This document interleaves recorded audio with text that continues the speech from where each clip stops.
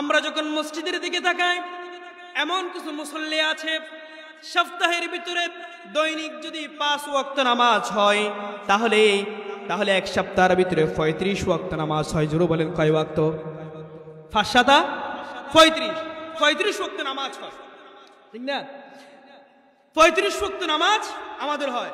কিন্তু যখন আপনি জুমার দিন মসজিদে যান, জুমার দিন দেখা যায় প্রত্যেক দিন মসজিদের ভিতরে কাতারে এক কাতারের বেশি হয় না, মাঝে মাঝে আধা কাতার। ফজরের সময় ইমাম মুয়াজ্জিন ছাড়া কেউ নাই, ঠিক কিনা বলেন? আবার ডর গলায় হতাহত নডরায় আসে না নাই? ফজরের জামাতুন মাসি ভিতরে বারোই এন্ডেলে আসে না, বহুত বড়টা হয়। এমন কপাল পোড়াগুলো সমাজের চিত্রগুলো পরিবর্তন করতে চায়, বড় বড় গলায় কথা বলে, মূলত এগুলো আল্লাহর গোলামি না করে শয়তানের গোলামি করছে। সপ্তাহের ভিতরে 35 ওয়াক্ত নামাজের মধ্যে 34 ওয়াক্ত নামাজ পড়ে নাই, 1 ওয়াক্ত নামাজ গিয়েছে সেটা আল্লাহকে সন্তুষ্ট করার জন্য, সেটা হলো জুমার নামাজ। বলেন কিসের নামাজ?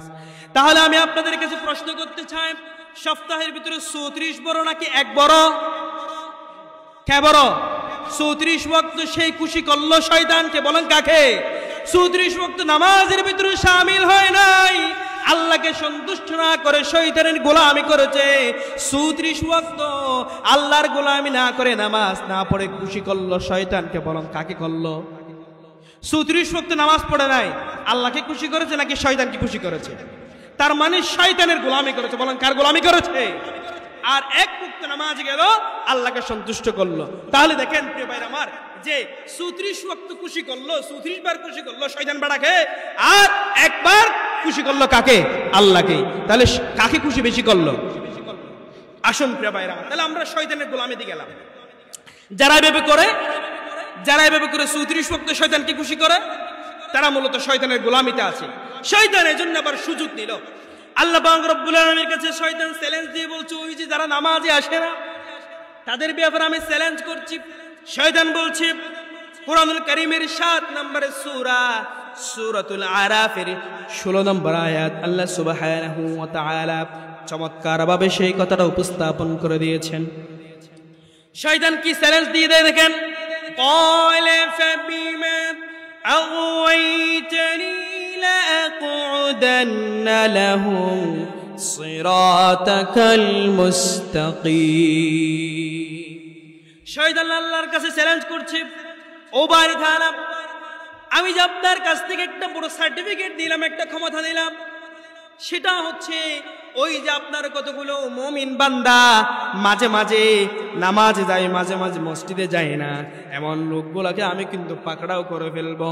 ক্বালা ফাবিমা আকওয়াইতানি লাআকুদান্না লাহুম সিরাতাকাল মুস্তাকিম। আমি তার চতুর্পাশে এমন করে তাকে আমি কুমন্ত্রণা দেব, তার চতুর্পাশে এমন করে আমি কুমন্ত্রণা দেব যাতে করে সেই নামাজ যেতে না পারে।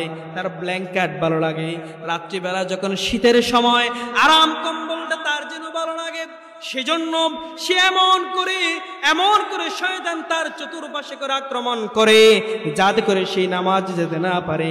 শয়তান আল্লাহকে চ্যালেঞ্জ করে বলছে, ও বারে তাআলা, আপনার অমুক বান্দাগুলাকে আমি জাহান্নামে নিয়ে যেতে চাই, আপনার সিরাতুল মুস্তাকিমে আমি নিয়ে যেতে দেব না। কার চ্যালেঞ্জ? শয়তানের চ্যালেঞ্জ। বলা ইন্নাল হামদালিল্লাহিল আকরামিল্লাযী خلق الإنسان وكرمه وعلمه من البيان يعلم فسبحان الذي لا يحصى امتنانه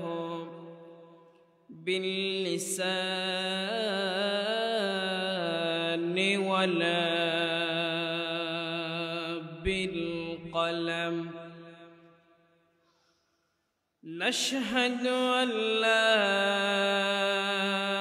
إله إلا الله وحده لا شريك له ونشهد أن سيدنا ونبينا وطبيبنا وبشيرنا ونذيرنا ومولانا محمدا عبد الله ورسوله الذي أرسله بالحق بشيرا ونذيرا وداعيا إلى الله بإذنه وسراجا وقمرا منيرا إن الله وملائكته يصلون على النبي يا أيها الذين آمنوا صلوا عليهم وسلموا تسليما اللهم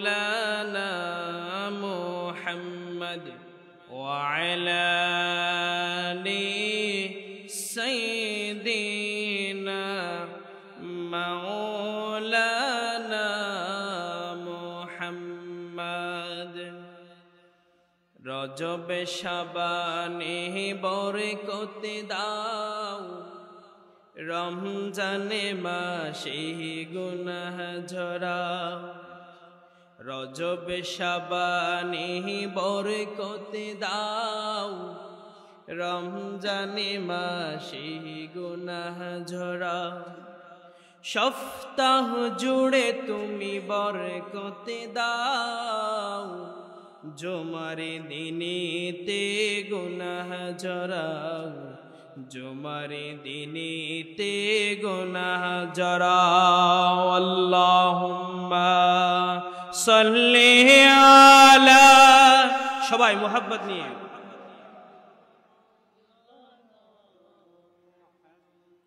وعلى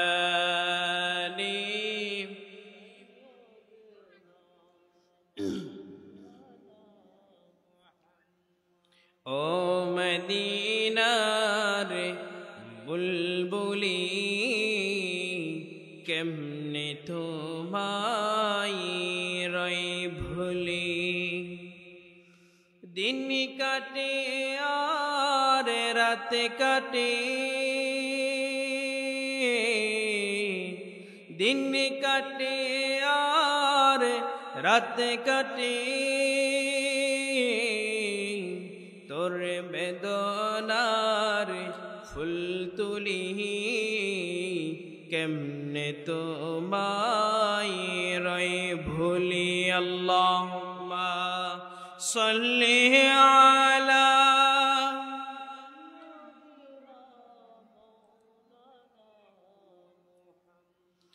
وعلى آل مولانا محمد أما بعد ঐতিহ্যবাহী লোহাগাড়া থানার অন্তর্গত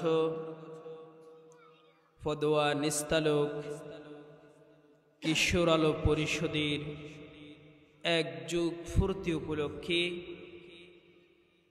আজকের বিশাল সিরাতুন নবী সাল্লাল্লাহু আলাইহি ওয়াসাল্লাম মাহফিলের এই অধিবেশনের সম্মানিত সভাপতি, সম্মানিত বিশেষ অতিথিবৃন্দ, মঞ্চে উপবিষ্ট নায়েবে রাসূল, উলামায়ে কেরাম এবং তথ্য প্রযুক্তির মধ্য দিয়ে দূর দূরান্ত থেকে, পর্দার অন্তরাল থেকে যারা শুনছেন আমার শ্রদ্ধেয়া মা ও বোনেরা, আমি বরকতান সকলকে আবারও ইসলামী সম্ভাষণ পেশ করছি।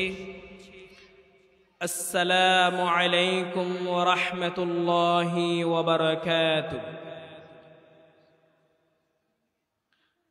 আমি মনে হয় কবরস্থানে সালাম পেশ করছি, এজন্য আওয়াজগুলো শুনতে পাচ্ছি না। বিশেষত আমি যেহেতু দীর্ঘক্ষণ কথা বলবো না, আমি একটু আবদার মূলত সবার কাছে রাখার জন্য কথাগুলো বলছি। যেহেতু দীর্ঘদিন এই এলাকায় 5টি বছর আমি কাটিয়েছি লাগাতার, এবং আজকেরও আসার সুযোগ হলো আলহামদুলিল্লাহ। সেজন্য যারা আমার মুরব্বীরা আছেন, আমি সকলকে অনুরোধ করছি আমাদের পাশে চলে আসেন, সাথে চলে আসেন। যতক্ষণ পর্যন্ত এই মঞ্চে কোরআনের কথাগুলো হবে ততক্ষণ পর্যন্ত আল্লাহ পাক রব্বুল আমাদেরকে সওয়াব দিয়ে ভরপুর করে দিবেন।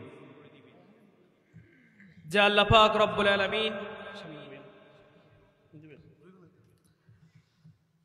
আমাদের প্রত্যেককে শারীরিক সুস্থতা দিয়ে মন ও মগজকে ঠিক রেখে আজকের এই মুহূর্তে এই মঞ্চে আসার, বসার, আলোচনা করার, শোনার তৌফিক দিয়েছেন। দিলগুলো খুলে দারাজ কণ্ঠ দিয়ে সে মহান রবের শিখে দেওয়া ভাষায় উচ্চ কণ্ঠে কালিমাত শুকরে আদায় করে পড়েনি আলহামদুলিল্লাহ। সাথে রাতে বিশ্বনবী, বিশ্বনেতা মুহাম্মদুর রাসূলুল্লাহ সাল্লাল্লাহু আলাইহি ওয়াসাল্লামের লক্ষ্য করে দরুদ সালাম প্রেরণ করি। আমার আজকের সরাসরি মূল আলোচনার দেখে গিয়ে যাচ্ছি। আমি কথা বলবো যতক্ষণ পর্যন্ত সময় পাই, ততক্ষণ পর্যন্ত ইনশাআল্লাহ ধারাবাহিক কথাগুলো বলার চেষ্টা করব। আলোচনার বিষয় হচ্ছে মানুষ সৃষ্টির মূল উদ্দেশ্যটা কি? What is the purpose of human creation? মানুষকে কোন এইম দিয়ে, কোন লক্ষ্য দিয়ে পৃথিবীর জমিনে পাঠানো হলো? আমাদের লক্ষ্য উদ্দেশ্যটা কি? টার্গেটটা কি? আমাদের আজকে বেসিক্যালি যেটি সমস্যা, আমরা আমাদের গতিপথ হারিয়ে ফেলেছি, আমাদের লক্ষ্য উদ্দেশ্য আমরা হারিয়ে ফেলেছি। কি করব সেটা আমরা দিশেহারা পাই না। আসা আর যাওয়া, সময়টা কেটে যাচ্ছে এমনি অমনিতে। সো আমরা বোঝার চেষ্টা করব অন্ততপক্ষে আমার টার্গেটটা কি সেটা বোঝার জন্য। আসুন মানুষ সৃষ্টির মূল উদ্দেশ্যটা কি? What is the purpose of human creation? মানুষকে তৈরি করার মূল উদ্দেশ্যটা কি? নাম্বার 1 হচ্ছে কি কারণে মূলত মানুষদেরকে পয়দা করা হলো? What caused man to be created? মানুষকে কেন পয়দা করা হলো? মানুষকে কেন সৃষ্টি করা হলো? তার লক্ষ্য উদ্দেশ্য কি? যদি আপনি প্রশ্নের আওতায় নিয়ে আসেন, আল্লাহ পাক রব্বুল আলামিন আপনার সেই প্রশ্নের জবাবে কোরআনুল কারীমের ভিতরে চমৎকার আল্লাহ পাক রব্বুল আলামিন আমাদেরকে एग्जांपल দিয়ে দিচ্ছেন।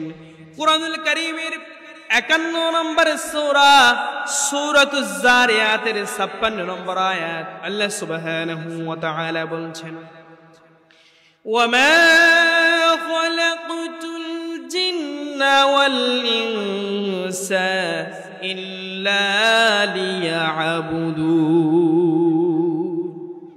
আল্লাহ পাক রব্বুল আলামিন জানিয়ে দিলেন, বান্দা এমনি এমনি তোমাকে পৃথিবীর জমিনে পাঠানো হয় নাই।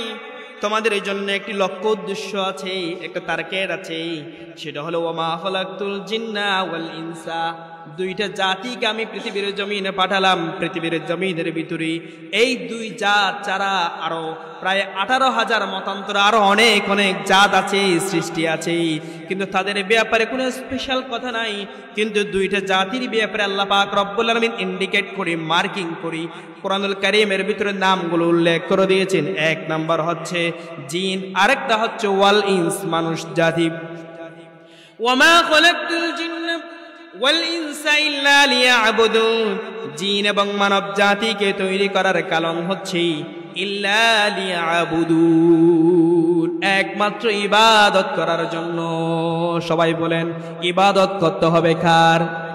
আওয়াজ বের না হলে আমি কথা বলতে পারবো না। সবাই বলেন ইবাদত করতে হবে কার? একমাত্র আল্লাহর ইবাদত করার জন্য আল্লাহ পাক রব্বুল আলামিন পৃথিবীর জমিনে মানুষদেরকে পাঠালেন।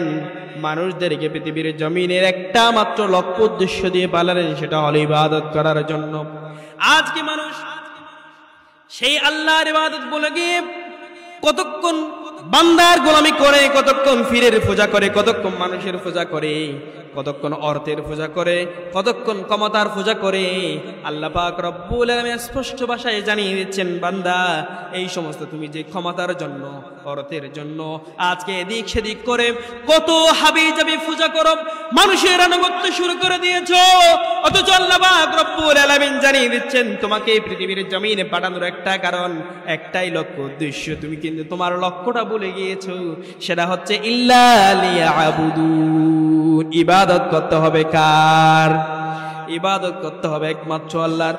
এবং আপনারা প্রশ্ন করছেন, শুধু যদি ইবাদত করে করে থাকি 24টি ঘন্টা যদি আমার ইবাদতের ভিতরে সময় কেটে যায়, তাহলে এই দুনিয়ার আমি করব কিভাবে? দুনিয়াতে সময়টা কাটাবো কেমনে? দুনিয়াতে লাভবান হব কেমনে? এই প্রশ্ন যখন আপনি করেন, এবার আপনার প্রশ্নের জবাব দিয়ে যান। প্রশ্নের জবাব হচ্ছে, আপনি যত সমস্ত কাজগুলো করেন না কেন, অফিস করেন, ব্যবসা করেন, বাণিজ্য করেন, যত কাজগুলো বাস্তবায়ন করেন না কেন আপনার দুনিয়াবি উপার্জনের জন্য, যত কাজ আপনি করেন না কেন, প্রত্যেকটা কাজের ভিতরে যদি আপনি বলেন এই কাজ হল আল্লাহর সন্তুষ্টি অর্জনের জন্য, আপনি যখন ব্যবসা করছেন, ব্যবসা আপনি কাউকে ঠকাচ্ছেন না, কারণ আপনাকে হিসাব দিতে হবে একমাত্র আল্লাহর কাছে। চিকিৎসা সেবা দিচ্ছেন, সেটা মানুষকে ঠকাচ্ছেন না, কারণ আপনাকে হিসাব দিতে হবে একমাত্র রবের দরবারে। সব কিছুর মধ্যখানে ফাঁকে আবার 5 ওয়াক্ত নামাজের ভিতরে শামিল হচ্ছেন, কারণ আপনাকে এই জবাবদিহি করতে হবে একমাত্র আল্লাহর দরবারে। প্রত্যেকটি হাঁটা চলাফেরা, প্রত্যেকটা স্তরে স্তরে স্তরে আপনি ইবাদত চিন্তা করছেন, এমনকি আপনার ঘুমটাও পর্যন্ত আল্লাহ পাক রব্বুল আলামিন ইবাদতের ভিতরে শামিল করে দিবেন। জোরে বলি সুবহানাল্লাহ। আজকে আমরা ঘুমাচ্ছি আমার শরীরের শক্তিগুলো, এনার্জিগুলো যথাযথ পাওয়ার জন্য, অথচ দেখেন, যদি আপনি ইমানদার, আপনার লক্ষ্যটা যদি হয় ইবাদত, আল্লাহর সন্তুষ্টি, আপনার ঘুমটাও আপনার জন্য সওয়াবে ভরপুর করে দিবেন কে? আপনি ঘুমাতে যাচ্ছেন আপনার শরীরের চাহিদাগুলো পূরণ করার জন্য, কিন্তু ঘুমাতে যাওয়ার আগ মুহূর্তে আপনি ওযু করলেন, এশারের সালাতটা আদায় করলেন, ঘুমানোর আগ মুহূর্তে আপনি ওযু করে আল্লাহর সন্তুষ্টির জন্য ডান কাত হয়ে দোয়া পড়ে ঘুমিয়ে গেলেন। আল্লাহ পাক রব্বুল আলামিন আপনার রাতের অর্ধাংশ ঘুমালেন, অথচ এরপরও সওয়াব দিয়ে আপনার আমল নামায় ভরপুর করে দিবেন। জোরে বলে সুবহানাল্লাহ। আবার যখন ঘুম থেকে মুয়াজ্জিনের যখন হাইয়া আলাস সালাত, হাইয়া আলাল ফালাহ বলার সাথে সাথে যখন আপনি ঘুম থেকে জাগ্রত হলেন, ঘুম থেকে ওঠার পর যখন আপনি ঘুম থেকে উঠে গেলেন, ওঠার পর আপনি ওযু করলেন, নামাজের ভিতরে শামিল হয়ে গেলেন। বিশ্বনবীর স্পষ্ট হাদিস, আপনি রাতের যে অর্ধাংশ আপনার কারে ছিল, ফজরের সালাত জামাতে আদায় করার কারণে আপনি শরীরের চাহিদা পূরণ করার জন্য ঘুম গিয়েছেন, অথচ আপনার সেই ঘুমটাও আল্লাহ পাক রব্বুল আলামিন ইবাদতে ভরপুর করে দিয়েছি। সুবহানাল্লাহ। এই যে দেখেন, আবার আমি আপনাকে বোঝানোর চেষ্টা করলাম যে আপনার দৈনিক শুরু থেকে জীবনের সময়টা শুরু থেকে শেষ পর্যন্ত 24টি ঘন্টা আপনার ইবাদতে ভরপুর হয়ে গেছে। বলে সুবহানাল্লাহ। তাহলে এই যে আল্লাহ পাক রব্বুল বলছেন, তোমার প্রত্যেকটা স্তরে চলায়, ফিরায়, হাঁটায় তুমি যদি আল্লাহর সন্তুষ্টি অর্জনের জন্য তোমার কাজ করো, তাহলে তুমি দুনিয়াতেও কল্যাণ, আখিরাতেও তুমি সফল। জোরে বলে সুবহানাল্লাহ। এরপরে এবার আপনি প্রশ্ন করতে পারেন, কতক্ষণ পর্যন্ত আমি ইবাদত করব? ইবাদত করার জন্য একটি সময় আছে কিনা, বাইন্ডেড আছে কিনা, কতক্ষণ ইবাদত করব? আরে ভাই, আপনি প্রশ্ন করবেন, এই প্রশ্নের উত্তর আল্লাহ পাক রব্বুল আলামিন কোরআনুল কারীমে দিয়ে দিয়েছেন। কোরআনুল কারীমের এবার আপনি দেখেন, কোরআনুল কারীমের 14 নম্বর পারা, 15 নম্বর সূরা, সূরাতুল হিজরের 99 নম্বর আয়াত, আল্লাহ সুবহানাহু ওয়া তাআলা বলছেন ওয়া'বুদু রাব্বাকা হাত্তা ইয়াতিয়াকাল ইয়াকিন। ও বান্দা, তুমি যে প্রশ্ন করছো how long will I warship, how long will I warship, কতক্ষণ আমি গোলামি করব, কতক্ষণ ইবাদত করব, আপনি যেখানে প্রশ্ন ছুটে দিয়েছেন এই প্রশ্নের উত্তর আল্লাহ পাক রব্বুল আলামিন দিয়ে দিচ্ছেন ওয়া'বুদু রাব্বাকা হাত্তা ইয়াতিয়াকাল ইয়াকিন। তুমি কতক্ষণ ইবাদত করবে জানো নাকি? তোমার 1 ঘন্টা 2 ঘন্টা 1 বছর 2 বছর এভাবে করে সময় বাইন্ডেড নয়, বরং হাত্তা ইয়াতিয়াকাল ইয়াকিন। তোমার শরীর থেকে যতক্ষণ পর্যন্ত সর্বশেষ নিঃশ্বাস বের হয়ে যায় নাই, মৃত্যু পর্যন্ত তোমাকে আল্লাহর ইবাদতের ভিতরে শামিল হতে হবে, ঠিক না? এখন অনেক জায়গায় দেখা যায় কিছু এখন বিভিন্ন জায়গায় নিজেদেরকে বড় কিছু দাবি করে বলে। এরকম একজন ব্যক্তির সাথে দেখা হলো, সে বলল আমি এখন আমার ইবাদত করা লাগে না, আমি এক সময় নামাজ রোজা সব বেশি পড়ে ফেলেছি, এখন আর ইবাদত করা লাগে না, ঠিক মতো মসজিদে যায় না, ইবাদতের ভিতরে শামিল নেই। এরকম শয়তানগুলো আছে না নাই? অথচ আল্লাহ পাক রব্বুল আলামিন বিধান দিয়ে দিয়েছেন, বান্দা যতক্ষণ পর্যন্ত তোমার সর্বশেষ নিঃশ্বাস ত্যাগ হয় নাই ততক্ষণ পর্যন্ত তোমাকে ইবাদতের ভিতরে শামিল হতে হবে। আসুন তাহলে এবার বিষয় হচ্ছে, আমরা আমাদের লক্ষ্য উদ্দেশ্য হচ্ছে ইবাদতের জন্য আল্লাহ পাক রব্বুল আমাদেরকে পাঠালেন এবং ইবাদত আমরা মৃত্যু পর্যন্ত করব। মধ্যখানের সময়টা আমার কাজ কি? দুনিয়া আজকে এমন অবস্থা হয়ে গিয়েছে, দুনিয়া হায়াত এবং মৃত্যুর ভিতরে যেই সময়টা আছে এই সময়ের ভিতরে এখন আমরা প্রতিযোগিতায় নেমে গিয়েছি, আমরা নেমে গিয়েছি। আমাদের আজকে যদি আমার পাশের জন্য আমার পরিচিত জনের যদি একটা বাড়ি হয়, আমি তার সাথে পাল্লা দিয়ে চাই আমার 2টা বাড়ি কেমন করে করব, হালালে হোক হারামে হোক, টেবিলের উপরে হোক টেবিলের নিচে হোক, সুদের হোক ঘুষের হোক, কোনো দিকে আজকে চিন্তা ভাবনা বিশ্লেষণ নাই, সব দিক থেকে শুধু উপার্জন করে সম্পদের পাহাড় গড়ার জন্য, দুনিয়া পাওয়ার জন্য প্রস্তুত, ঠিক কিনা বলেন? দুনিয়ার মানুষ পাগল পারা হয়ে গিয়েছে, শুধুমাত্র দুনিয়া দুনিয়া দুনিয়া বলে প্রতিযোগিতা করছে। পাশের জনের যখন একটা গাড়ি হয় এরপরে সেই চিন্তা করে তার একটা গাড়ি হলো, আমার কেন 2টা হবে না, প্রতিযোগিতায় নেমে যায়। অথচ আল্লাহ পাক রব্বুল আলামিন কুরআনুল কারীমের ভিতরে জানিয়ে দিচ্ছেন তোমরা যে প্রতিযোগিতা করবে, কিসের জন্য প্রতিযোগিতা করবে সেই বিষয়টা কুরআনুল কারীম থেকে ডকুমেন্ট নিয়ে যান। আল্লাহ পাক রব্বুল আলামিন কুরআনুল কারীমের 29 নম্বর পারা 67 নম্বর সূরা সূরাতুল মুলুকের 2 নম্বর আয়াত আল্লাহ সুবহানাহু ওয়া তাআলা ঘোষণা করছেন, আল্লাযী খালাকাল মাউতা ওয়াল হায়াতা লিয়াবলুয়াকুম আইয়ুকুম আহসানু আমালা ওয়া হুয়াল আজিজুল গফুর। জোরে বলে আল্লাহু আকবার। আল্লাহ পাক রব্বুল আলামিন মুমিন বান্দাদেরকে জানিয়ে দিচ্ছেন, ও মুমিন বান্দা তোমরা যে প্রতিযোগিতা করবা সেটা আমি জানি, তোমাদের আচরণ হচ্ছে প্রতিযোগিতা করা, কিন্তু কি দিয়ে প্রতিযোগিতা করবা কুরআনুল কারীম থেকে জেনে নাও। তোমরা হচ্ছে প্রতিযোগিতা করবা সেটা হচ্ছে তোমার হায়াত এবং মৃত্যুর ভিতরে একটি লম্বা সময় তুমি পেয়েছো।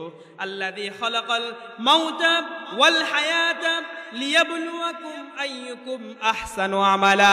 তোমার হায়াত এবং মৃত্যুর ভিতরে যেই সময়টা আছে এই সময়ের ভিতরে হলো প্রতিযোগিতা করার সময়। কি দিয়ে প্রতিযোগিতা করবা এবার জেনে নাও, আহসানু আমালা, ভালো কাজের প্রতিযোগিতা করো। ভালো কাজের কিসের প্রতিযোগিতা করতে হবে? ভালো কাজের। কিসের?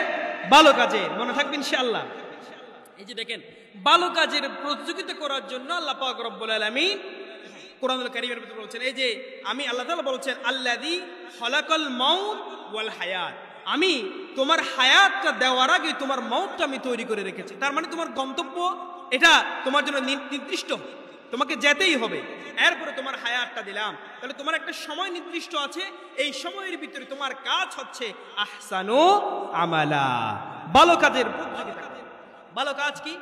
ভালো কাজ হচ্ছে আপনার ভালো বন্ধুত্ব করতে হবে, সুসম্পর্ক বজায় করতে হবে।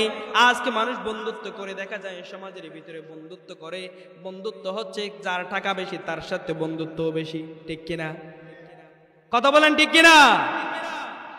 তার টাকাগুলো হারাম কিনা হালাল কিনা সেই প্রশ্ন আজকে করে না। আমার সমাজের যুবকগণ দেখা যায় যার একটু টাকা বেশি দেখায়, লোভ বেশি দেখায়, ক্ষমতা বেশি দেখায়, তার সাথে বন্ধুত্ব বেশি, ঠিক কিনা বলে? আজকে প্রিয় আমার ভাইয়েরা, আজকে ভালো এবং খারাপ আমরা বিচার বিশ্লেষণ করি না। শুধু টাকা দেখলে, অর্থ দেখলে, ক্ষমতা দেখলে তার পিছনে পিছনে লোকরা ছড়ে। আপনারা যে এই কাজ করবেন এই জন্য আল্লাহ পাক বলছেন, আরে তুমি বন্ধুত্ব করবা, প্রতিযোগিতা করবা, কার সাথে করবা? ভালো মানুষের সাথে প্রতিযোগিতা করো। এই যে তোমার এলাকায় দেখ 5 ওয়াক্ত নামাজের ভিতরে যে শামিল হয় তার সাথে বন্ধুত্ব করো, তুমি তার সাথে প্রতিযোগিতা করো। সেই 5 ওয়াক্ত নামাজের ভিতরে শামিল, তার সাথে পাল্লা দিয়ে তুমি বলবা আমি 5 ওয়াক্ত নামাজে পড়বো, আবার তাহাজ্জুদের নামাজে শামিল হয়ে যাব। তোমার বন্ধু যখন তাহাজ্জুদের নামাজের ভিতরে শামিল হয়, তুমি তাহাজ্জুদের নামাজ তো পড়বা, আবার নফল রোজাগুলো রাখার চেষ্টা করো। এভাবে করে ভালো কাজের জন্য একজন আরেকজন প্রতিযোগিতা করো। এটাই হচ্ছে আহসানু আমালা। এরপরে সমাজে যে মানবতার কাজগুলো করে, এভাবে করে কোরআনের মাহফিলগুলো করে, দেখা যায় কোরআনের মাহফিলের যখন কথা বলা হয়, কোরআনের আলোচনা করা হয়, সেখানে মানুষের খুবই অভাব পড়ে যায়। নগণ্য 2-1 বাছাই করা ছাড়া কেউ আসে না। আর যখন গানের আড্ডা হয়, ওদিকে যখন জুয়ার আসর হয়, চায়ের দোকানে যখন ছক্কা খেলার এই যে আড্ডাগুলো হয়ে যায়, মানুষের গল্প গুজবের আড্ডাগুলো হয়ে যায়, সেখানে দেখেন মানুষ ভরপুর হয়ে যায়। কথা বলেন ঠিক কিনা? আজকে ভালো কাজের প্রতিযোগিতা এটা না করে কারাফের প্রতিযোগিতা করে, কার সাথে কে বেশি কারাফ করতে পারে। দেখেন না আপনি পাশের দোকানগুলোতে দেখেন, সব দিকে আপনি তাকাই দেখেন, যখন কোরআন তালিমের কথা বলা হয়, তারবিয়াত প্রোগ্রামের কথা বলা হয়, সেখানে মুষ্টি করে কয়েকজন ছাড়া কাউকে খুঁজে পাওয়া যায় না। অথচ প্রিয় ভাইরা আমার, আল্লাহ তাআলা বলছেন আহসানু আমালা। তোমার দায়িত্ব হচ্ছে, তোমার ডিউটি হচ্ছে, তোমার রেসপন্সিবিলিটি হচ্ছে আগে তুমি ভালো কাজের প্রতিযোগিতা করো। যে কাজগুলো কোরআন সুন্নাহ ভিত্তিক ভালো কাজ, সেই কাজগুলোতে তুমি এগিয়ে যাও, পাল্লা দাও, একজন আরেকজনের সাথে প্রতিযোগিতা করে তুমি কিভাবে ভালো কাজগুলো করতে পারো, এই কথা তোমাকে আল্লাহ পাক বলে জানিয়ে দিচ্ছেন। আসুন প্রিয় ভাইরা আমার, অথচ আজকে আমরা প্রতিযোগিতা করি দুনিয়ার জন্য, কারণ অধিকাংশ মানুষ হচ্ছে খারাপের দিকে। আর যখন ভালো মানুষ, ইমানদার মানুষরা যখন ভালো পথে চলতে যায়, সমাজের সব দিক থেকে মানুষেরা তাকে টিটকারি মারতে শুরু করে, তাকে খারাপ বলতে শুরু করে। যেই যুবক, যেই ছেলে 5 ওয়াক্ত নামাজ মসজিদে গিয়ে পড়ে, নিয়মিত কোরআন শরীফটা কুলে করে প্রত্যেকটি নামাজের পরে পরে যখন কোরআনটাকে তেলাওয়াত করে, তখন পাশের জন্য তাকে টিটকারি দেয়। সুফিও গিয়ে দিওয়া হয় না হয়, নোয়া ফোর উঠতে হয় হন্দ না হয়, টিটকারি মারে, ভালো কাজের প্রতিযোগিতা করে না, বরং যে ভালো কাজগুলো করে তাকে কতভাবে হাবিজাবি করে তাকে ডিনাই করতে চাই। অথচ এই দুনিয়া হচ্ছে মুমিনদের জন্য চলা খুবই কঠিন, এই দুনিয়া হচ্ছে মুমিনদের জন্য চলা খুবই কঠিন। বিশ্বনবী সাল্লাল্লাহু আলাইহি ওয়াসাল্লাম হাদিসের ভিতরে ঘোষণা করেছেন, আদ-দুনিয়া সিজনুল মুমিন ওয়া জান্নাতু কাফির। দুনিয়াতে মুসলমানদের চলতে হলে অনেক কিছু বাস বিচার করে চলতে হবে। মুমিন গানের আড্ডায় যেতে পারবে না, মুমিন নামাজ ছাড়তে পারবে না, মুমিন জুয়া খেলায় যেতে পারবে না, মুমিন গানের আড্ডায় যেতে পারবে না, মুমিন নামাজ না পড়ে থাকতে পারবে না, মুমিন হারাম খেতে পারবে না, মুমিন সুদ খেতে পারবে না। এইভাবে করে অনেক অনেক পথগুলো, দুনিয়ার যে আবর্জনাগুলো আছে, ময়লাগুলো আছে, সব কিছু এড়িয়ে এড়িয়ে চলতে হবে। কারণ এই দুনিয়ার মধ্যে মুমিনদের চলা হচ্ছে খুব কঠিন। আর যদি ইমানের পরিপক্কতা না থাকে, সে যেমন ইচ্ছে তেমন করে চলে, শুধু দুনিয়া দুনিয়া বলে পাগল পারা হয়ে যায়। তাদের দুনিয়া চলাটা হচ্ছে একটি জান্নাতের মতো, যেমন হচ্ছে সেদিকে যায়, গানের আড্ডাও যায়, মাহফিলের মঞ্চ এসে বসে, এরকম লোক আছে না নাই? কথা বুঝেন নাই মনে হয়? এমন কিছু লোক আছে যারা দেখবেন গানের আড্ডায় সভাপতি, মাহফিলের সভাপতি, গানের আড্ডায় সে প্রথমে উপস্থিত, মাহফিলেই উপস্থিত, এদিকেও যায় এদিকেও যায়। এগুলো মুনাফিক মার্কা লোক। বলেন কোন মার্কা লোক? এই সমস্ত লোক যাদের ইমানের পরিপক্কতা নাই। অথচ আপনি যদি মুমিন হন, আপনাকে বেছে বেছে চলতে হবে। অথচ আজকে আমরা দুনিয়া দুনিয়া বলে পাগল পারা হয়ে গিয়েছি।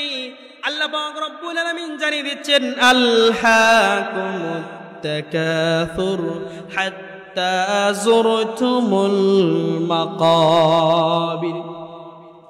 ও আমার ভাইয়েরা, ভালো করে শুনুন, এই যে আপনি আজকে দুনিয়া দুনিয়া বলে পাগল পারা হয়ে গিয়েছেন, দুনিয়ার সম্পদের পাহাড় করতে চান, আলহাকুমুত তাকাসুর, আরো চাই আরো চাই আরো চাই। সম্পদ যদি গাড়ি একটা হয় আরেকটা চাই, বাড়ি একটা হলে আরেকটা চাই, সম্পদের পাহাড় করতে চান। দুনিয়া আপনার শেষ হচ্ছে না, যত পান তত চান। আল্লাহ পাক রব্বুল আলামিন বলছেন, হাত্তা যুরতুমুল মাকাবির, তোমার দুনিয়ার চাহিদাগুলো শেষ হবে না যতক্ষণ পর্যন্ত কবরে পৌঁছাও নাই, ততক্ষণ পর্যন্ত তোমার দুনিয়ার লোভ শেষ হবে না। ঠিক না? আমাদেরকে যে এই দুনিয়ার একটি হায়াত, এই সময়টা শেষ করে আমার গন্তব্যে যে পৌঁছাতে হবে, এই বিষয়টা আমার জানার দরকার। আল্লাহ পাক রব্বুল আলামিন কোরআনুল কারীমের ভিতরে এই ব্যাপারে স্পষ্ট ভাষায় ঘোষণা করছেন। কোরআনুল কারীমের ভিতরে একটি কথা তিনবার উল্লেখ করেছেন, সেই আয়াতটা হচ্ছে কুল্লু নাফসিন যায়িকাতুল মাউত, মৃত্যুর স্বাদ তোমাকে পান করতে হবে। এই যে আল্লাযী খালাকাল মাউত, তোমার জন্য আগে মৃত্যুটা পয়দা করা হলো। দেখেন কোরআনুল কারীমের ভিতরে এর কথাটা স্পষ্ট ঘোষণা করা হচ্ছে যে তোমার গন্তব্য, লাস্ট ডেস্টিনেশন গন্তব্য হচ্ছে তোমার মওতটা। তুমি যে মৃত্যুর জন্য প্রস্তুতি নিচ্ছ না, তোমার লক্ষ্য উদ্দেশ্যে তুমি পৌঁছাচ্ছ না, অথচ তুমি আজকে এটা এটা এটা এটা দুনিয়ার সব কিছু তুমি চাও, তোমার গন্তব্যতে কিন্তু তুমি পৌঁছাচ্ছ না। এই জন্য আল্লাহ পাক রব্বুল আলামিন কোরআনুল কারীমের ভিতরে একই শব্দ, একই সেন্টেন্স তিনবার উল্লেখ করেছেন। কোরআনুল কারীমের 3 নম্বর সূরা, সূরাতুল আলে ইমরানের 185 নম্বর আয়াত, কোরআনুল কারীমের 21 নম্বর সূরা, সূরাতুল আম্বিয়ার ভিতরে 35 নম্বর আয়াত, কোরআনুল কারীমের 29 নম্বর সূরা, সূরাতুল আনকাবুতের ভিতরে 57 নম্বর আয়াত। তিনটি জায়গায় একই শব্দ, একই সেন্টেন্স একই ভাবে উল্লেখ করেছেন। জুরুল আল্লাহু আকবার। সেই কথাটা হচ্ছে কুল্লু নাফসিন যায়িকাতুল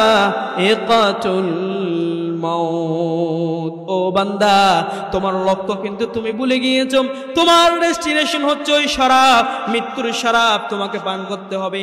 কত জানাজায় তুমি হাজির হয়ে যাও, কিন্তু জানাজার নামাজে যাও ঠিক আছে, একটু দেরি হলেই তুমি কত ধরনের পাগলামি শুরু করে দাও। ওযু তাড়াতাড়ি নামাজ পড়াই দাও না, জানাজার নামাজ বেশি দেরি হয়ে যায়, কই আছে না নাই? কত জানাজার পড়েছি নামাজ, দিয়েছি কত দাফন, কত জানাজার পড়েছি নামাজ, দিয়েছি কত। মাত্র তুমি রেহাই পাবে না, রক্ষা পাবে না। এমনকি পৃথিবীর জমিনে আল্লাহ তাআলার যত সৃষ্টি ছিল, কোন সৃষ্টিকুল পৃথিবীর জমিনে বিরাজমান থাকবে না। সব কিছু শেষ হয়ে যাবে, চূর্ণ বিচূর্ণ হয়ে যাবে, নিস্তেনাবুদ হয়ে যাবে, কেউ থাকতে পারে না সেখানে। তুমি আমি কি? কুল্লু মান আলাইহা ফান, সব কিছু শেষ হয়ে যাবে, চূর্ণ বিচূর্ণ হয়ে যাবে। ওয়ায়াবকা ওয়াজহু রাব্বিকা যুল জালালি ওয়াল ইকরাম। শুধু আল্লাহ সেদিন, আল্লাহ তাআলার অস্তিত্ব ছাড়া পৃথিবীর জমিনে আল্লাহর সৃষ্টির কোনো কিছু বিদ্যমান থাকবে না। সব কিছু শেষ হয়ে যাবে, চূর্ণ বিচূর্ণ হয়ে যাবে। তাইলে সেখানে আল্লাহ তাআলা যদিও বলছেন যে এই পৃথিবীর সব কিছু শেষ হয়ে যাবে, তোমার ক্ষমতা আমার ক্ষমতা, তোমার শক্তি আমার শক্তি, এত পাওয়ার তুমি কি জন্য দেখাও? তোমার ডেস্টিনেশন, তোমার গন্তব্যে তোমাকে পৌঁছাতেই হবে। এত কিসের বাহাদুরি তুমি দেখাও? যাকে ইচ্ছে তাকে তুমি হুকুম দাও, তোমাকে লাগবে না, এই হবে না, সেই হবে না। কিসের তুমি এত বাহাদুরি দেখাও? অল্প টাকা, অল্প হায়া, এখানে তুমি আজকে এত বাহাদুরি দেখাচ্ছ। তোমার গন্তব্য তুমি জানো, তোমার পায়ের নিচে মাটি নাই সেটা তুমি জানো না। আজকে যেমন হচ্ছে তেমন তুমি যার ব্যবহার করতেছো, ঠিক কিনা বলেন মুসলমান? তোমার গন্তব্যগুলো তুমি নিজেই ভুলে গিয়েছো। আসুন, আমাদের আজকের গন্তব্য আমরা ভুলে গিয়েছি। আমরা মনে করি আমার শক্তি আছে, সামর্থ্য আছে, অর্থ আছে, আমি টিকে থাকতে পারবো। আরে ভাই, তুমি কি জানো পৃথিবীর জমিনের সর্বপ্রথম মানুষ হচ্ছে হযরত আদম আলাইহিস সালাম। কি নাম বলেন? আমাদের পৃথিবীর প্রথম মানুষ, প্রথম নবী, আমাদের বাবার নাম কি বলেন? হযরত আদম আলাইহিস সালাম। আমাদের জাতির পিতার নাম কি? নাম আর কান্ন হইও সাইয়ু গেয়ু। হযরত ইব্রাহিম আলাইহিস সালাম। কি নাম বলেন? আজকের অনেক ভাইদেরকে যে আমরা এগুলো জিজ্ঞেস করি, পারে না ছোট ছোট প্রশ্নগুলো। আমাদের পৃথিবীর প্রথম মানুষ, প্রথম নবী, আমাদের বাবার নাম হচ্ছে হযরত আদম আলাইহিস সালাম। পৃথিবীর জমিনে যদি কেউ বেঁচে থাকতে পারত, তাহলে তো আমার বাবাই আগে বেঁচে থাকতো, কারণ তিনি পৃথিবীর জমিনে প্রথম এসেছেন। ঠিক কিনা বলেন? থাকতে পেরেছেন? থাকতে পেরেছেন? হযরত আদম আলাইহিস সালাম। দুনিয়ার জমিনে জনসভা হয়, মিছিল মিটিং করার জন্য আজকে জনগণকে একত্রিত করা হয়, সেটাকে বলা হয় জনসভা। আর কিয়ামত ওই দিন রূহের জগতে আমার বাবা আদম আলাইহিস সালামকে প্রধান অতিথি করে সেই দিন সমস্ত রূহগুলোকে এক জায়গায় করে, সমস্ত রূহগুলোকে সামনে এনে আদম আলাইহিস সালামের সামনে সেই দিন সব রূহগুলোকে একত্রিত করে আল্লাহ পাক রব্বুল আলামিন রূহ সভা করেছেন। আল্লাহ তাআলা জানিয়ে দিচ্ছেন, ইয়া আদম উমরুকা আলফ সানা, ও আদম তোমার বয়স হচ্ছে 1000 বছর। আল্লাহ পাক রব্বুল আলামিন যখন জানিয়ে দিলেন, আদম আলাইহিস সালাম জেনে নিলেন। আদম আলাইহিস সালামের সাথে সেখানে আরেকটি প্রশ্ন করা হলো যে আলাস্তু বিরব্বিকুম, তোমাদের রবকে?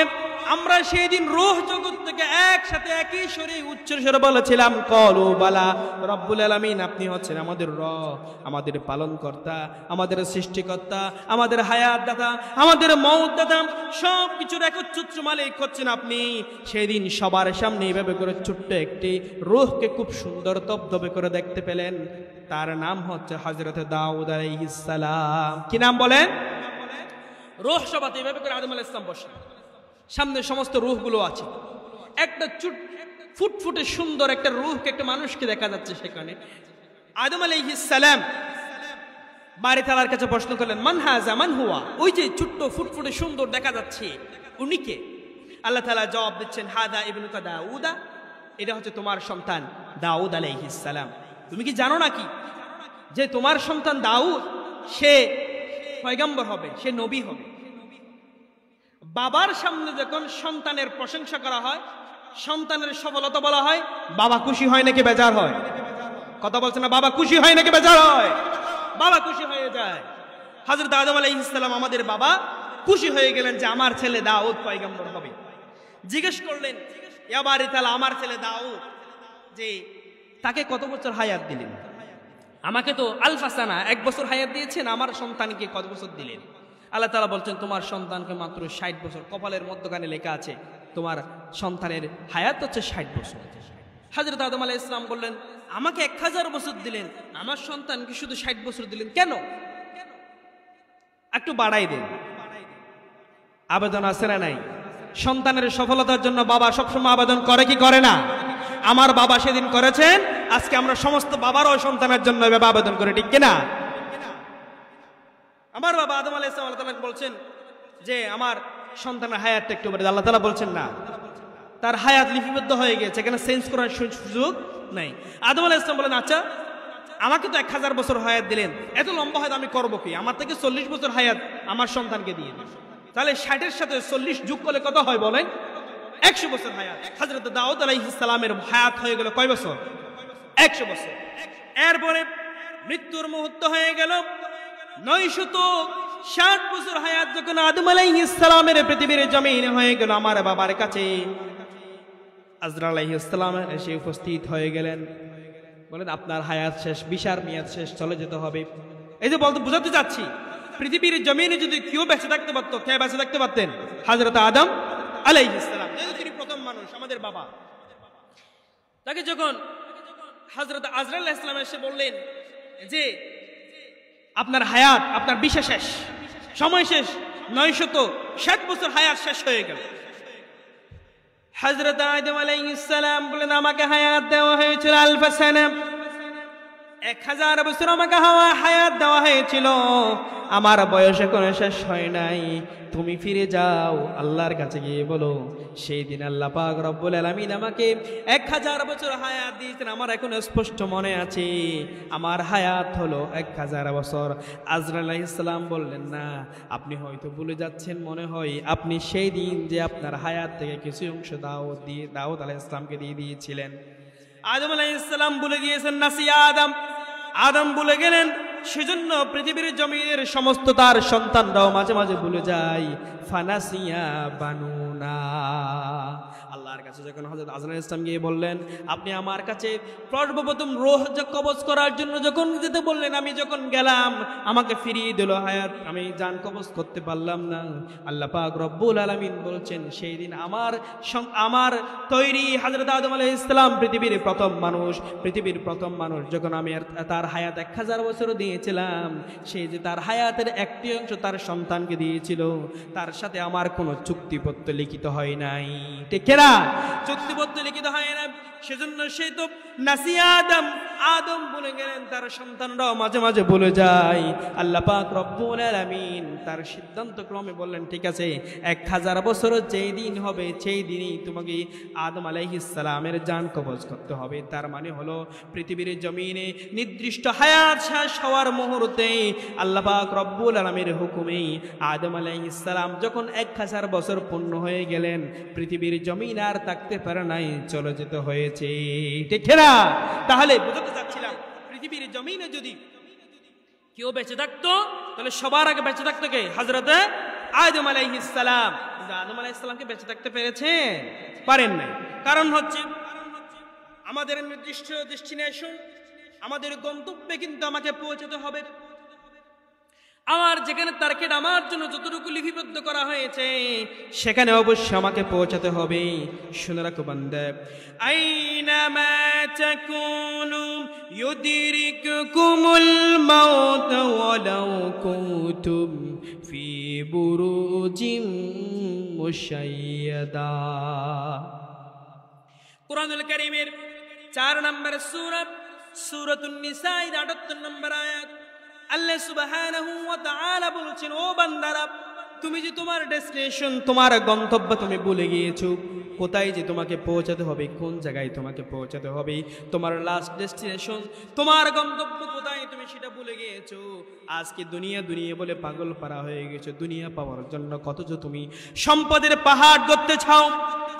নমরুদ যেমন, ফেরাউন যেমন, হামান যেমন, সাদ্দাত যেমন করে সম্পদের পাহাড় করে পৃথিবীর জমিনে দেখতে চেয়েছিল, আল্লাহ পাক রব্বুল আলামিন বলছেন, আইনামা তাকুনু ইউদরিকুকুমুল মাউত ওয়ালাউ কুনতুম ফি বুরুজিম মুশাইয়াদা।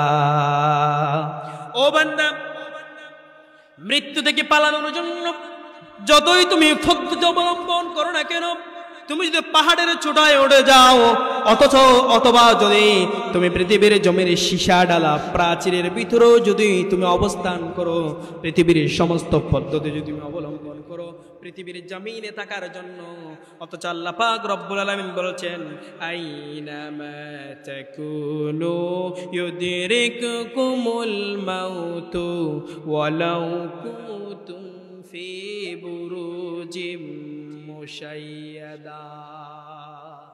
সীসা ডালা প্রাচীরের ভিতরেও যদি তুমি যে অবস্থান করো, তোমার মওত কিন্তু তোমাকে গ্রাস করবেই করবে।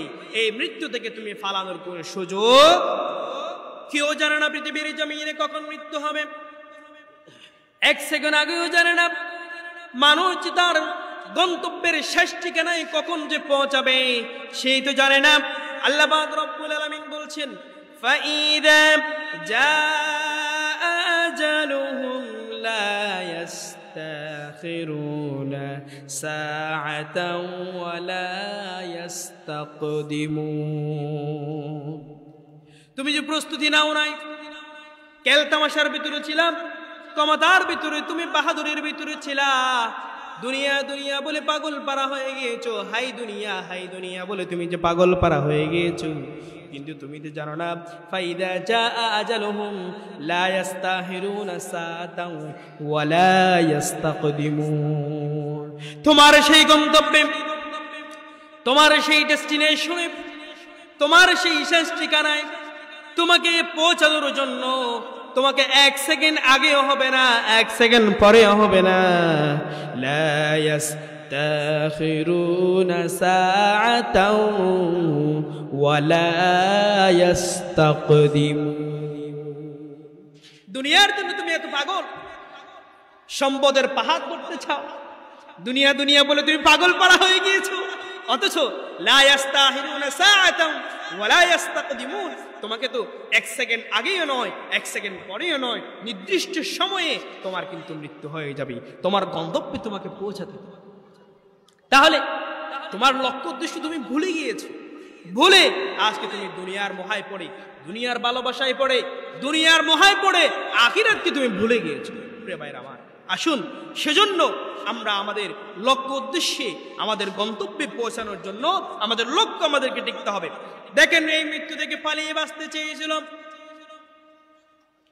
সুলাইমান আলাইহিস সালামের এক মন্ত্রী, এই মৃত্যু থেকে পালাতে চেয়েছিল। বলেন কোন নবীর আমল? হযরতে সুলাইমান আলাইহিস সালাম। কথা বুঝতেছেন আমার কথা? কোন পয়গম্বরের কথা বলছি? হযরতে সুলাইমান আলাইহিস সালাম। সুলাইমান আলাইহিস, এই যে আমাদের লেখা যে সুলাইমান আছে, সুলাইমান আলাইহিস সালাম 13 বছর বয়সে সিংহাসনে বসেছিলেন। কয় বছর বয়সে? আরব দেশের 13 বছরকে রাষ্ট্র পাইতে পারবে না। তিনি মাত্র 13 বছর বয়স, পৃথিবীর জমিনে তিনি অর্ধ জাহান, এই শুধু আমার বাংলাদেশের মতো জায়গা নয়, পুরো অর্ধ পৃথিবী তিনি শাসন করেছিলেন। সুলাইমান আলাইহিস সালাম বয়স মাত্র 13 বছর। বলেন কয় বছর? 13 বছর। সুলাইমান আলাইহিস সালামের বাবার নাম জানেন? একটু আগে কিন্তু বলেছি, হযরত দাউদ আলাইহিস সালাম। সুলাইমান আলাইহিস সালামের বাবার নাম কি? দাউদ আলাইহিস সালাম। দাউদ আলাইহিস সালামের সন্তান হচ্ছে হযরত সুলাইমান আলাইহিস সালাম, যিনি পুরো পৃথিবী বিচরণ করতেন, কখনো এখানে কখনো এখানে, তার কোনো বিমান লাগতো না। আল্লাহর হুকুমে বাতাসের মধ্যে আল্লাহ তাআলা এমন ক্ষমতা দিয়েছেন, বিচরণ করতে পারতেন। শুধু তাই নয়, পৃথিবীর জমিনের সমস্ত ভাষা, শুধু পৃথিবীর জমিনের মানুষের ভাষা নয়, সমস্ত প্রাণীদের ভাষাগুলো বোঝার শক্তি আল্লাহ পাক রব্বুল হযরত সুলাইমান আলাইহিস সালামকে দিয়েছিলেন। সুবহানাল্লাহ। এই সুলাইমান আলাইহিস সালামের কথা বলতে চাই। হযরত সুলাইমান আলাইহিস সালাম এর শাসন আমল, একদিন তিনি এভাবে করে তার মঞ্চে বসে তিনি তার কাজগুলো করে যাচ্ছেন। এমন সময় পাশে বসা তার এক মন্ত্রী পাশে বসেছিলেন, রাষ্ট্র পরিচালনার দায়িত্বে ছিলেন। মন্ত্রীর সামনে একজন বড় বড় চোখওয়ালা খেয়ে যেন দেখতে পেল। মন্ত্রী বললেন না, সুলাইমান আলাইহিস সালামকে বললেন, হুজুর আমি একটু আপনার কাছে অনুমতি চাই। সুলাইমান আলাইহিস সালাম বললেন, কি অনুমতি চাও বলো দেখি। মন্ত্রী বললেন, আমি আপনার পাশে থাকতে খুব ভয় হচ্ছে আমার, আমি আপনার কাছে একটা আবেদন করতে চাই, সেটা হলো আপনার আয়ত্তাধীন তো বাতাস আছে, এই বাতাসকে যদি আপনি হুকুম করেন, যেখানে হুকুম দেন সেখানে নিয়ে যাই। আমি আপনার কাছে একটা আবেদন করতে চাই, এই মুহূর্তে আমি এই জায়গা থেকে সরে দাঁড়াতে চাই, আমার একটু ওই যে সিনের অমুক জায়গায় আমাকে নিয়ে যান। সুলাইমান আলাইহিস সালাম বাতাসকে হুকুম দিলেন, ও বাতাস, আমার অমুক মন্ত্রীকে তুমি সিনের অমুক জায়গায় নিয়ে যাও। নিয়ে যাওয়া হলো। নিয়ে যাওয়ার পর সেখানে তার পরের দিন যখন আসলেন, সুলাইমান আলাইহিস সালাম আবার রাষ্ট্র পরিচালনা করতেছেন। এমন সময় হযরত আজরাইল আলাইহিস সালাম আবার পাশে এসে বসলেন। বসার পরে আজরাইল আলাইহিস সালামকে জিজ্ঞেস করলেন, ও আমার ভাই আজরাইল, গতকাল যখন তুমি আমার সামনে এসেছিলা, আমি দেখতে পেলাম আমার পাশের বসা ছিল আমার মন্ত্রী, আমাকে আবেদন করতে শুরু করলো, আমি এখানে থাকতে চাই না, আমাকে অমুক জায়গায় নিয়ে যান। আমি যখন হুকুম দিলেন, নিয়ে যাওয়া হলো, কি হয়েছে আমাকে একটু খুলে বলবা নাকি? হযরত সুলাইমান আলাইহিস সালামের সামনে হযরত আজরাইল আলাইহিস সালাম সব কথাগুলো সুন্দর করে বললেন। আল্লাহ পাক রব্বুল আলামিনের হুকুম হলো, আমার কাছে নোটিশ আসলো, আগামী 5 মিনিটের ভিতরে আমি সিনের অমুক জায়গায় আপনার পাশে বসা মন্ত্রীকে আমি দেখতে পাচ্ছি, আমার কাছে নোটিশ আসছে 5 মিনিট পরে আমি জান কবজ করব সিনের অমুক জায়গায়। কিন্তু আমি আপনার পাশে আপনার মন্ত্রীকে আমি খুব অবাক হয়ে গেলাম, বড় বড় চোখে তাকালাম। আল্লাহ পাক রব আমাকে কোনো হুকুম বল দিয়েছেন কিনা, বল তো হওয়ার কোনো কথাই নয়। আমি যে 5 মিনিট পরে আপনার মন্ত্রীর মৃত্যু দেখতে পাচ্ছি, কিন্তু আপনার পাশে বসা দেখে আমি খুব অবাক হয়ে গেলাম, আশ্চর্য হয়ে গেলাম। এই জন্য আমি বড় করে একটু আশ্চর্য হয়ে যখন আপনার মন্ত্রীর দিকে তাকালাম, তাকার পরে দেখলাম উনি সেখানে নাই। আমি 5 মিনিট পরে যখন লা ইস্তাহিরুনা সাআতাও ওয়া লা ইস্তাকদিমুন, 1 সেকেন্ড আগেও হবে না, 1 সেকেন্ড পরেও হবে না, নির্দিষ্ট সময়ে যখন আমি অমুক জায়গায় গিয়ে পৌঁছালাম, সেখানে যাওয়ার পরে সরাসরি আপনার মন্ত্রীকে দেখতে পেলাম, আমি জান কবজ করে ফেললাম। জোরে বলে সুবহানাল্লাহ। হযরত সুলাইমান আলাইহিস সালাম বলেন, তাহলে তো এই কথা যে আল্লাহর হুকুম লা ইস্তাহিরুনা সাআতাও ওয়া লা ইস্তাকদিমুন, 1 সেকেন্ড আগেও হবে না, 1 সেকেন্ড পরেও হবে না, এবং যেই জায়গায় নির্দিষ্ট মৃত্যু লেখা আছে, লাস্ট ডেস্টিনেশন, এই গন্তব্য, এই লক্ষ্যে তোমাকে পৌঁছতে হবে। সুতরাং তুমি আজকে দুনিয়া দুনিয়া বলে পাগল পারা হয়ে গিয়েছো, ক্ষমতার লোক, ক্ষমতার বাহাদুরি, অর্থের বাহাদুরি, যেমন ইচ্ছে তেমন করে তুমি আজকে কথাগুলো বলো। শুধু রেখো বান্দা, তোমার এই ক্ষমতা, এই শক্তি, এই বাহাদুরি পৃথিবীর জমিনে কোনো কাজে আসবে না। কথা বলেন ঠিক কিনা মুসলমান? প্রিয় ভাইয়েরা, আজকে সর্বশেষ কথাগুলো বলতে চাই যে আজকে তোমার এত বাহাদুরি দেখাও, তোমার গন্তব্য তুমি ভুলে গিয়েছো, এজন্য তুমি যেমন ইচ্ছে তেমন করে কথাগুলো বলতে পারো, যেমন ইচ্ছে তেমন হুকুম তুমি দিতে পারো। আল্লাহ পাক রব্বুল আলামিন বলেছেন, লা ইস্তাহিরুনা সাআতাও ওয়া লা ইস্তাকদিমুন। দুনিয়াতে বেশি চাওয়া, বেশি ক্ষমতা, অর্থ পাওয়ার চাওয়ার মানে হচ্ছে নির্বুধ বাস যাত্রীর মতো। আমি উদাহরণটা এভাবে করে দিতে চাই যে আপনি যাচ্ছেন ঢাকায়, কোথায় যাচ্ছেন? মনে করেন ঢাকায় যাচ্ছেন। আপনি এই যে চট্টগ্রামে যখন আপনি বাস স্টেশনে গিয়ে দাঁড়ালেন, যে আপনার কাউন্টারে বলা হলো 10 মিনিট পরে বা আধা ঘন্টা পরে আপনার স্লিপার, আপনার বাস চলে আসবে। আপনি ভালো মানের বাস ভাড়া করেছেন, একটা সিট নিয়েছেন, তাহলে আপনি আধা ঘন্টা পরেই কিন্তু আপনার বাস আসতেছে। তো ওই আধা ঘন্টার জন্য আপনি চট্টগ্রাম শহরের পাশে গিয়ে একটা ভিআইপি ফ্ল্যাটে আপনি উঠবেন না। আপনি অন্তত 10টা মিনিট 20টা মিনিট কাটানোর জন্য বাস স্টেশনের কোনো পাশে বসে কোনো রকম করে কাটিয়ে দিবে। কিন্তু যারা নির্বুধ, যারা বোকা, এই আধা ঘন্টা 10 মিনিট সময় কাটানোর জন্য কত পাগল পারা হয়ে যায়, তার মানে হচ্ছে ওই নির্বোধ বাস যাত্রীর মতো। আল্লাহ পাক রব্বে বলেছেন, আল্লাযী খালাকাল মাউতা ওয়াল হায়াতা লিয়াবলুয়াকুম আইয়ুকুম আহসানু আমালা। তোমার ডেস্টিনেশন কিন্তু তোমাকে ওখানে যেতেই হবে। আমি তোমার লাস্ট লক্ষ্য উদ্দেশ্য তোমাকে জানিয়ে দিলাম, এরপরে তুমি ওই নির্বোধ বোকা বাস যাত্রীর মতো ওই আধা ঘন্টা সময়ের জন্য কত তুমি ব্র্যান্ডের কিছু চাচ্ছ, কত ক্ষমতা, কত অর্থ, তুমি আজকে পাগল পারা হয়ে গিয়েছো। প্রেমের আমার, সেজন্য বলতে চাই যে আমরা আমাদের লক্ষ্য ভুলে গিয়ে আজকে যেমন ইচ্ছে তেমন করে আচরণ করছি। গোলামি হচ্ছে 3 ধরনের।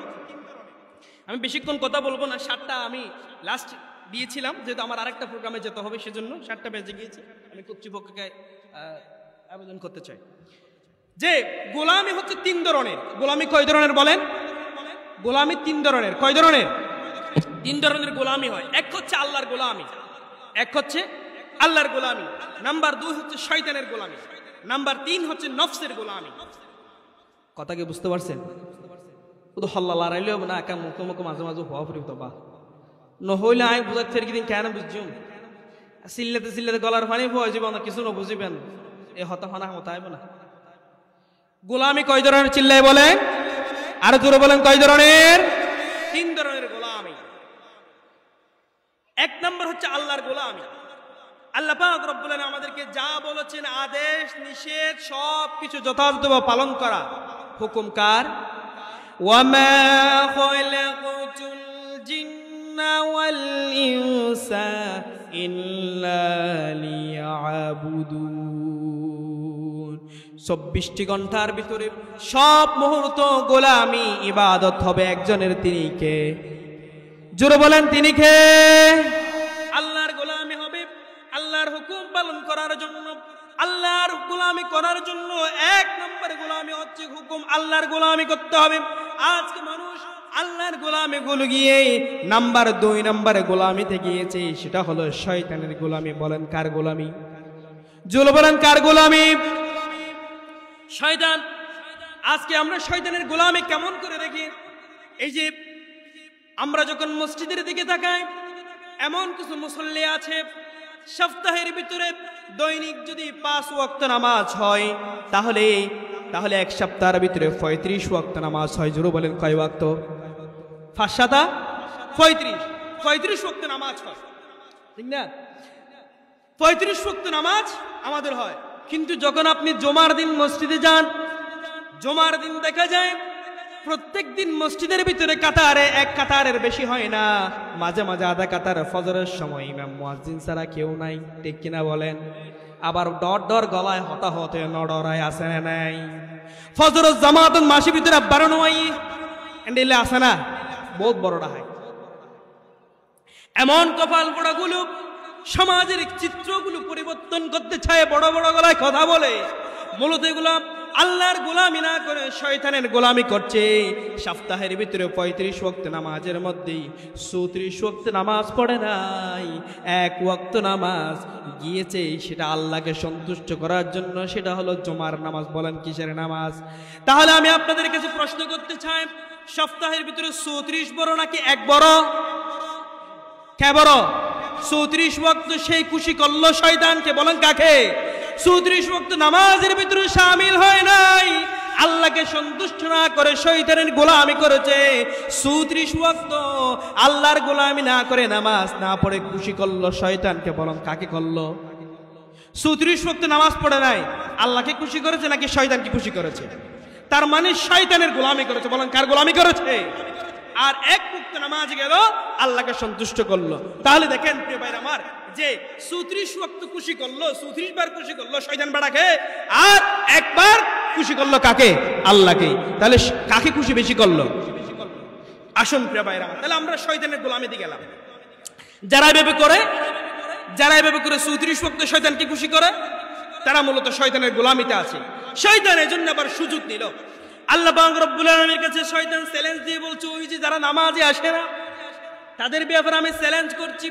শয়তান বলছে, কুরআনুল কারীমের 7 নম্বরের সূরাতুল আরাফের 16 নম্বর আয়াত, আল্লাহ সুবহানাহু ওয়া তাআলা চমৎকার ভাবে সেই কথাটা উপস্থাপন করে দিয়েছেন।